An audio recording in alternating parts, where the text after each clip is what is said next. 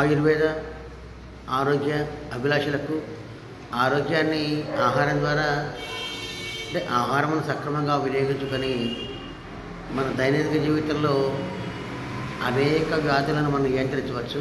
అంతేకాకుండా ఏదైనా ఒక వ్యాధి వస్తే అది రాకుండా కూడా మనం ప్రయత్నం చేయవచ్చు, మళ్ళీ తిరిగి రాకుండా కూడా ప్రయత్నం చేయవచ్చు. మన ఆహార పదార్థాల్లో ముఖ్యమైనది కందకూర. అనేక కూరలు తింటూ ఉంటాం కదా, మరి ముఖ్యమైన కూరల్లో చాలా ముఖ్యమైనది కందకూర. ఆయుర్వేదంలో దీనికి చాలా ప్రాశస్త్యం ఉంది. అది ఎలా ఉపయోగపడుతుంది అని తెలుస్తుంది. సహజంగా అందరూ కూడా పైల్స్తో బాధపడుతూ ఉంటారు. పైల్స్తో బాధపడేవారు ఎవరైనా సరే ప్రతిరోజు వారంలో కనీసం ప్రతిరోజు తినలేకపోయినా వారంలో 4 రోజుల కందకూర తింటే ఆ పైల్స్ ప్రాబ్లం చాలా వరకు తగ్గుతుంది. పైల్స్లో 2 రకాలుగా ఉంటాయండి. ఒకటి బ్లీడింగ్ పైల్స్ అంటూ ఉంటారు, రెండవది నాన్ బ్లీడింగ్ పైల్స్ అంటూ ఉంటారు. అంటే కొందరికి మోషన్ అవుతున్నప్పుడు రక్తం పడుతుందండి, కొందరికి మోషన్ అవుతున్నప్పుడు రక్తం పడకపోయినా ఆ మలద్వారం దగ్గర అంటే అక్కడ ఆ మలద్వారం దగ్గర మజిల్ మాస్ తయారవుతూ ఉంటుందండి. ఆ మజిల్ మాస్ ఒక్కొక్కసారి రప్చర్ బ్లీడింగ్ అయ్యే అవకాశం ఉంటుంది. ముఖ్యంగా సమానవాతము అపానవాతము అని మన కంటికి కనిపించని మనం ఊహిస్తే మనం అనుమానంతో తెలుసుకునే ముఖ్యమైన 2 ఫ్యాక్టర్స్ ఉంటాయి మన శరీరంలో. అందరూ కూడా ఈ రోజుల్లో ఒక మైక్రోస్కోప్తో ఒక అబ్డామిన్ స్కానింగ్తో రకరకాల ఇన్వెస్టిగేషన్స్ మన శరీరంలో ఎలాంటి వ్యాధులు ఉన్నాయో తెలుసుకుంటున్నారు కదా. మన ఆయుర్వేదంలో ఎలా చెప్పారు? సమానవాతము, పాచకవిత్తము, అపానవాతము ఇవన్నీ కూడా కొన్ని ఫ్యాక్టర్స్ అన్నమాట. అవి సక్రమంగా లేనప్పుడు ఈ పైల్స్ వ్యాధి వచ్చే అవకాశం ఉంది. తప్పనిసరిగా మనకు వస్తుంది వద్దన్నా. కానీ అలాంటి పరిస్థితుల్లో ఈ పైల్స్ వచ్చిన వారిలో ముఖ్యంగా ఈ కందకూర నిత్యం చేసుకోవాలి. అంటే కనీసం వారంలో 3-4 రోజులైనా సరే కందకూర ఖచ్చితంగా మనం తినాలి. కందకూర తింటే అది కందకూర ఈ రోజుది కాదు, కొన్ని శతాబ్దాలుగా అనాదిగా మన సాంప్రదాయంలో వనజాతుల ఉత్పత్తుల నుంచి అంటే వనముల ద్వారా కూడా ఉత్పత్తి చేయబడేది. ఇప్పుడు సహజంగా కల్టివేటెడ్ ప్లాంట్గా దీన్ని మనం కన్సిడర్ చేస్తున్నాము. సరే, ఈ కంద యొక్క గుణములు ఎలా ఉన్నాయి? కేవలం అందరూ కూడా కంద తింటే అసలు పనిచేస్తుందని చెప్తుంటారు కదా, దానికి ఏమైనా ఆధారాలు ఏమైనా ఉన్నాయా? మరి ఈ రోజుల్లో ఏదైనా ఒక మందు పనిచేయాలంటే ఒక క్లినికల్ ట్రయల్స్ కానీ, ఒక ఆర్టికల్ కానీ, ఒక ఎక్స్పెరిమెంట్ కానీ ఎలుకలపైన, తొండలపైన, జంతువులపైన చేసి అంటే ఎందుకు చేస్తున్నాము అంటే ఎడిషనల్గా మనం ఆ వ్యాధికి మందు ఎలా పనిచేస్తుంది, అసలు పనిచేస్తుందా పనిచేయదా అని తెలుసుకుంటానికి దేనినైనా సరే డైరెక్ట్గా హ్యూమన్ బీయింగ్స్ పైన మనం చేయడానికి రైట్స్ మనకు లేవండి. కానీ శాస్త్రంలో మన ఆయుర్వేదంలో చెప్పారు కదా ఇస్తున్నానంటే అప్పటికీ కూడా చాలా వరకు కొందరు నమ్ముతారు, కొందరు నమ్మరు. అయినప్పటికీ కూడా మనం ఆయుర్వేద శాస్త్రంలో మనకి ఏదైనా ఒక రెఫరెన్స్ ఉందంటే తప్పనిసరిగా అది ఉందండి. ఇవాళ మనం 20th సెంచరీలో ఉండి మనం ఈ కంద గురించి తెలుసుకోబోతున్నాము. అంటే 16th సెంచరీలో ఈ కంద గురించి ఎలా చెప్పారో ఒక్కసారి చూద్దామా. కందను అసలు ఏమంటారు? ఎమార్కోపాలస్ క్యాంపనలేటస్ అంటారు. ఇది బిలాంగ్స్ టు ఆరసీ ఫ్యామిలీ అనమాట. అయితే కంద గురించి ఎలా చెప్పారో వింటే అద్భుతంగా మీరు ఒక్కసారి విశ్రమ చేస్తే చాలా బాగా తెలుస్తుంది.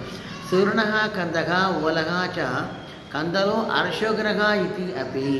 అంటే ఈ సూర్ణ కంద యొక్క బెనిఫిట్స్ ఇప్పుడు చెప్పబోతున్నా వినండి. సూర్ణము దీపనో వృక్ష. సూర్ణము అంటే కంద చూర్ణము లేదా కంద యొక్క కూర మన శరీరంలో జీర్ణశక్తిని పెంచుతుందండి. మన శరీరంలో జీర్ణశక్తిని పెంచుతుంది. కంద ఎప్పుడు చేసి తింటే అసలు చెప్తుంటేనే తినాలి అనిపిస్తుంది కదా మీ అందరికీ కూడా. మన ఇంట్లో మనందరికీ కూడా మన వాళ్ళు చేసి పెడుతూ ఉంటే కంద కూర తింటే అద్భుతంగా ఉంటుంది. అందరూ ఆలూ ఫ్రై తింటూ ఉంటారు కదా. ఆలూ ఫ్రై వల్ల కంటే పొందే బెనిఫిట్స్ కంటే కూడా ఈ కంద ఫ్రై చేసుకొని తింటే వచ్చే బెనిఫిట్స్ అనేకం ఉంటాయండి. అది ఏంటో ఇప్పుడు మనం ఒక్కసారి చూద్దామా. ఎవరైనా జలుబు, దగ్గు, రొంప, పడితం, ఆయాసం అంటే చక్కటి తెలుగు భాషలో చెబితే మీకు అర్థమవుతుందని ఇలా చెప్పడం జరుగుతుంది. ఎవరైనా సరే ఈ కంద కూర తింటే జలుబు, దగ్గు, రొంప, పడితం చక్కగా ఆలూ ఫ్రై ఎలా చేస్తారో అలాగే దీన్ని కూడా మనం కంద ఫ్రై చేసుకు తిన్నామనుకోండి, ఈ జలుబు, దగ్గు, రొంప, పడిసమే మన దగ్గరకే రాదండి. తర్వాత ఎక్కడైనా బ్లీడింగ్ అవుతూ ఉంటే గైనకాలజికల్ బ్లీడింగ్ కావచ్చు, ఎపిస్టాక్సిస్ అంటాం, అంటే నోటి ద్వారా కానీ లేదా ముక్కు ద్వారా కానీ రక్తం పడుతూ ఉండవచ్చు. ఒక్కొక్కసారి వెజినల్ డిశ్చార్జెస్ ఎక్కువగా ఉండవచ్చు. బ్లీడింగ్లో ఎక్కువ బ్లీడింగ్ డిసీజ్ చాలా ఉంటాయండి. ముఖ్యంగా 2 రకాలుగా ఉన్నాయి. శ్వేత ప్రదన, రక్త ప్రదన అంటూ ఉంటారండి. వైట్ డిశ్చార్జ్ లేదా రెడ్ డిశ్చార్జ్ లేదా జనరల్గా చెప్పాలంటే గైనకాలజికల్ ఇన్ఫెక్షన్స్ చెప్తూ ఉంటాం కదా. అలాంటి సందర్భాల్లో అసలు సైక్లింగ్ ముందు కానీ సైక్లింగ్ తర్వాత కానీ సైక్లింగ్లో కూడా ఈ కంద కూరను తింటే తప్పనిసరిగా బ్లీడింగ్ అయిపోతుందండి. అంటే ఎక్కువగా ఉన్న బ్లీడింగ్ తగ్గుతుంది, క్రమక్రమంగా తగ్గిపోతుంది. కానీ ఈ కందకూరని మన శాస్త్రంలో ఎవరు తినకూడదో కూడా చెప్పారు. అందరూ పైల్స్ అనగానే కందకూర తినండి అంటారు కదా, దానికి కొన్ని అర్హతలు ఉండాలి. కందకూర తినాలన్నా కానీ అది ఎలాంటి అర్హత తర్వాత చూద్దామండి, మనం చెప్తాం మీకు. కానీ ఈ కందకూరను ఎక్కువగా తిన్నాము అనుకోండి, ఏమవుతుంది, పొట్ట బరువు ఎక్కువైపోతుందండి. ఉదరం అంటే పొట్ట ఎక్కువ బరువుతో ఫీల్ అవుతుంటుంది అనమాట, హెవీగా ఫీల్ అవుతుంటాం అనమాట. మరి ఎవరు తినాలి? ఈ పైల్స్ ఉన్నవారు తప్పనిసరిగా తినచ్చు. ఏది ఏమైనప్పటికీ కూడా ఆయుర్వేదంలో చెప్పిన కఫజన్య వ్యాధులు అంటే జలుబు, దగ్గు, రొంప, పడిసము, ఆయాసము ఇలాంటి వ్యాధుల్లో ఎక్కువగా తీసుకోవాలి ఈ కంద కూరని. పైల్స్ ఉన్నవారు నిత్యం సేవించాలి. తర్వాత ఎన్లార్జ్మెంట్ ఆఫ్ ది స్ప్లీన్ అని చెప్తూ ఉంటాం కదా, తర్వాత enlargement of the liver, enlargement of the spleen అని చెప్తూ ఉంటాం. అలాంటి వ్యాధుల్లో కూడా బాగా పనిచేస్తుంది. పొట్టలో ఎక్కువగా గ్యాస్ ఉన్నప్పుడు కూడా ఈ కందకూరని తినచ్చు.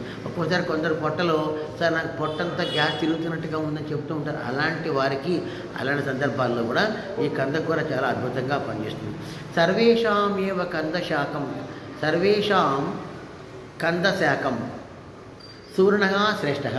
సూర్ణ అంటే అన్ని రకములైనటువంటి దుంప కూరలో కందకూర అద్భుతమైన కందకూర అండి. ఈరోజే మీరు చేసుకొని తినాలి, వారంలో 3 రోజులు చేసుకుంటే పైల్స్లో అనేక విధమైన మార్పులు వస్తూ ఉంటాయి. మీరు తిని ప్రయత్నం చేయండి, తప్పనిసరిగా మంచి మార్పు ఉంటుంది.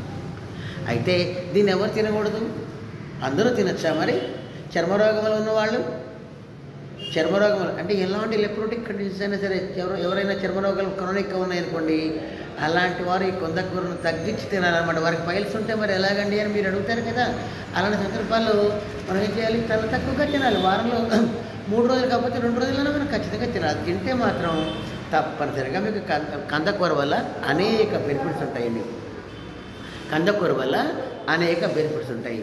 అయితే ఈ కందకూరని శరీరంలో రక్తదోషం ఉన్నవాళ్ళు, ఎలర్జిక్ కండిషన్స్ ఉన్నవాళ్ళు, దురదలు, దద్దుర్లు, ఇచ్చింగ్ సెన్సేషన్ ఉన్నవాళ్ళు, శరీరంలో పిత్త ప్రకోపం అని చెబుతూ ఉంటాం కదా, బాగా వేడెక్కువగా ఉంటుందండి, నేను కారం తింటుంటా. కొందరు కారం తినేస్తూనే ఉంటారు, పంచదార మాదిరిగా కారాన్ని రోజు నోట్లో పోసుకుంటుంటారు. అలాంటి వారు అంటే పిత్త ప్రకృతి ఉన్నవారు, అలాంటి వారికి ఈ కందకూరను పెట్టకూడదు. చాలా అహితం అనమాట, అంటే తినకూడదు అని అర్థం అనమాట. రైట్. ఎవరైనా శరీరం దీనికి ఒక సంతాన యోగ ప్రాప్తం ఉందన్నమాట. సంతాన యోగం అంటే ఏంటంటే బైండింగ్ ప్రాపర్టీ ఉంది. ఆర్జితవాతము, పక్షవాతము, ఎముకల నొప్పులు, ఎముకలలో పట్టుత్వం లేకపోవటము, ఇలాంటి సందర్భాల్లో కూడా ఎముకల గట్టితనం లేకపోతే ఈ కందచూర్ణ తీసుకోవచ్చు. అసలు కందచూర్ణాన్ని మనం వెళ్ళి చక్కగా కందను శుభ్రంగా ప్రక్షాళనం చేసి కడిగి ఎండబెట్టి చక్కగా నీడలో మంచిగా ఎండబెట్టి ఫ్రై చేసి పౌడర్ చేసుకొని రోజుకు 1 గ్రాము నుంచి 3 గ్రాముల వరకు కూడా నిత్యం సేవిస్తూ ఉంటే తప్పనిసరిగా అది మన శరీరంలో అనేక మార్పులను తీసుకొస్తుంది. ముఖ్యంగా పైల్స్లో చాలా అద్భుతంగా ఉపయోగపడుతుంది. మరి తిందామా ఈ రోజున ఈ కందకూరని? చూశారు కదా, మీరు 20వ శతాబ్దంలో ఉన్నారు, 16వ శతాబ్దంలో ఈ కంద గురించి ఎలా చెప్పారో విన్నారే. మరి ఎప్పుడైనా మీరు వాడుకున్నారా? కందకూర తినండి, ఎలా ఉంటుందో తెలుస్తుంది. 3 నెలలు రెగ్యులర్గా వాడుతూ ఉంటే అసలు అనేక కోణాల్లో మన శరీరంలో మార్పులు లభిస్తూ ఉంటాయి. కానీ అందరూ నెగ్లెక్ట్ చేస్తాం కదా. మరి ఈరోజు కలెక్ట్ చేద్దామా? మనం ఇతిహాసంలో మన ఆయుర్వేదిక్ సబ్జెక్ట్లో చెప్పిన ఈ ఇన్ఫర్మేషన్ రికలెక్ట్ చేసుకొని కందని కలెక్ట్ చేసి మంచిగా చక్కటి కందను సెలెక్ట్ చేసి మనం ఒక మంచి కూర చేసుకొని తింటే ఎన్ని రకములైన బెనిఫిట్స్ అనేవి చూశారు కదా. మరి ఈ రోజునే మనం కందకూర చేసుకుందామా? Thank you for sparing your valuable time to know the diet in piles and related piles. Thank you. I am Dr. Simhadri, LN Ayurvedic Online Tuitions 9014141722. Thank you.